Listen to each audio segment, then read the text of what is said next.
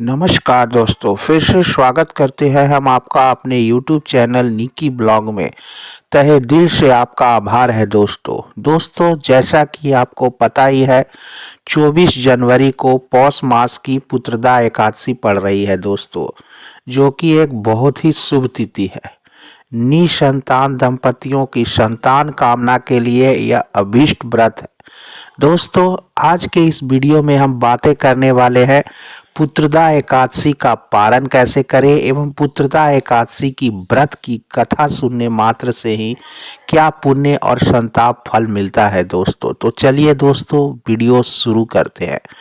दोस्तों, जैसा कि आपको पता ही है कि पौष मास में शुक्ल पक्ष की एकादशी तिथि को पौष पुत्रदा एकादशी का व्रत मनाया जाता है। अगर बातें करें तो इस बार की यह मास 24 जनवरी को पड़ रही है दोस्तों। भगवान हरि और विष्णु भगवान का पूजन इस दिन बड़े ही विधि विधान से निसंतान दंपतियों के लिए यह व्रत बहुत ही फल देने वाला है।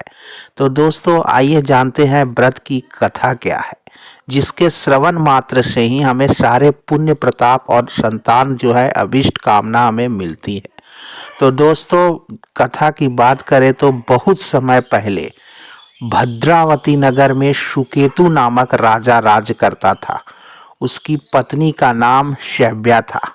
शादी के कई वर्ष हो जाने के पश्चात भी उनको कोई संतान नहीं थे। पत्नी इसी चिंता में दिन रात दुखी रहती थी, जिसके कारण वे दोनों पति पत्नी बहुत ही दुखी रहते थे। इसी व्यथा के कारण एक दिन राजा और रानी मंत्री को राजपाट सौंपकर वन को चले गए। इस दौरान संतान दुख के कारण उनके मन में आत्महत्या करने जैसा विचार आया दोस्तों। लेकिन उसी समय राजा को यह बोध हुआ कि आत्महत्या से बढ़कर कोई पाप नहीं है दोस्तों। वहीं पर अचानक उन्हें वेद पाठ के स्वर अचानक से सुनाई देने लगे दोस्तों। जिस दिशा से वेद पाठ की ध्वनि आ रही थी, वे उसी दिशा की ओर अनवरत लगातार बढ़ते चले गए। जब वे साधुओं के पास वहां पर पहुंचे तो उन्होंने अपनी सारी व्यथा कह सुनाई, जिसके बाद साधुओं ने उन्हें पौष पुत्रदा एकादशी व्रत के महत्व को समझाया और उन्हें बताया कि कैसे यह व्रत निसंतान दंपतियों के लिए रामबाण है। इसके बाद दोनों पति पत्नी ने पूरी निष्ठा नियम और के साथ पौष पुत्रदा एकादशी का व्रत किया, साथ ही साथ संतान गोपाल मंत्र, इस मंत्र का जाप किया। भगवान विष्णु बहुत ही दयालु है भक्तों। सो आप निसंतान अगर दंपति हैं तो पौष पुत्रदा एकादशी का व्रत महीने में एक बार करके आप देखें दोस्तों, जो कि पौष मास और श्रावण मास में आती है। इसलिए निसंतान दंपतियों के लिए यह व्रत जो है बहुत ही शुभ माना जाता है। जहाँ तक दोस्तों पूजा पाठ का करें तो सुबह स्नान आदि से निवृत्त होकर पूजा पाठ कर विष्णु भगवान को प्रणाम करके अपनी कामना मन ही मन उनके सामने व्यक्त कर दे। भगवान से किसी की मनोकामना छिपी हुई नहीं है दोस्तों, वे अवश्य पूरा करेंगे। जहाँ तक व्रत का जो पारण का विधि है, तो जब व्रत का आपने संकल्प ले लिया है तो दूसरे दिन उसका व्रत का पारण करें, धूप दीप दिखाए, विधिवत विष्णु भगवान की पूजा करें और जो नैवेद्य है उनको दान दक्षिणा करे।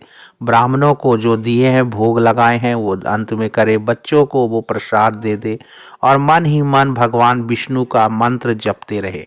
विष्णु जी को तुलसी अति प्रिय है दोस्तों, इसलिए पूजा में तुलसी का प्रयोग अवश्य करें। अगर आपसे निर्जला रहा जाता है तो व्रत में निर्जला रहकर भी कर सकते हैं। नहीं रह सकते हैं दोस्तों तो आप फलाहार लेकर भी व्रत का पारण और व्रत की पूजा विधि कर सकते हैं। सच्चे मन से भगवान विष्णु का जाप करें दोस्तों और मन ही मन अपनी कामना भगवान के सामने अर्पित कर दे। सारे सच्चे हृदय से भगवान आपकी अवश्य ही मनोकामना सुनेंगे। व्रत में ब्रह्मचर्य का नियम का पालन करना बहुत ही जरूरी है दोस्तों। हो सके तो किसी भूखे व्यक्ति या ब्राह्मणों को भोजन भी करा दे दोस्तों। भगवान विष्णु आपकी अवश्य सुनेंगे। उम्मीद है मित्रों आज की ये वीडियो पसंद आई होगी, तो हमारे चैनल को एक लाइक शेयर और सब्सक्राइब कर हमें मोटिवेट करें। धन्यवाद।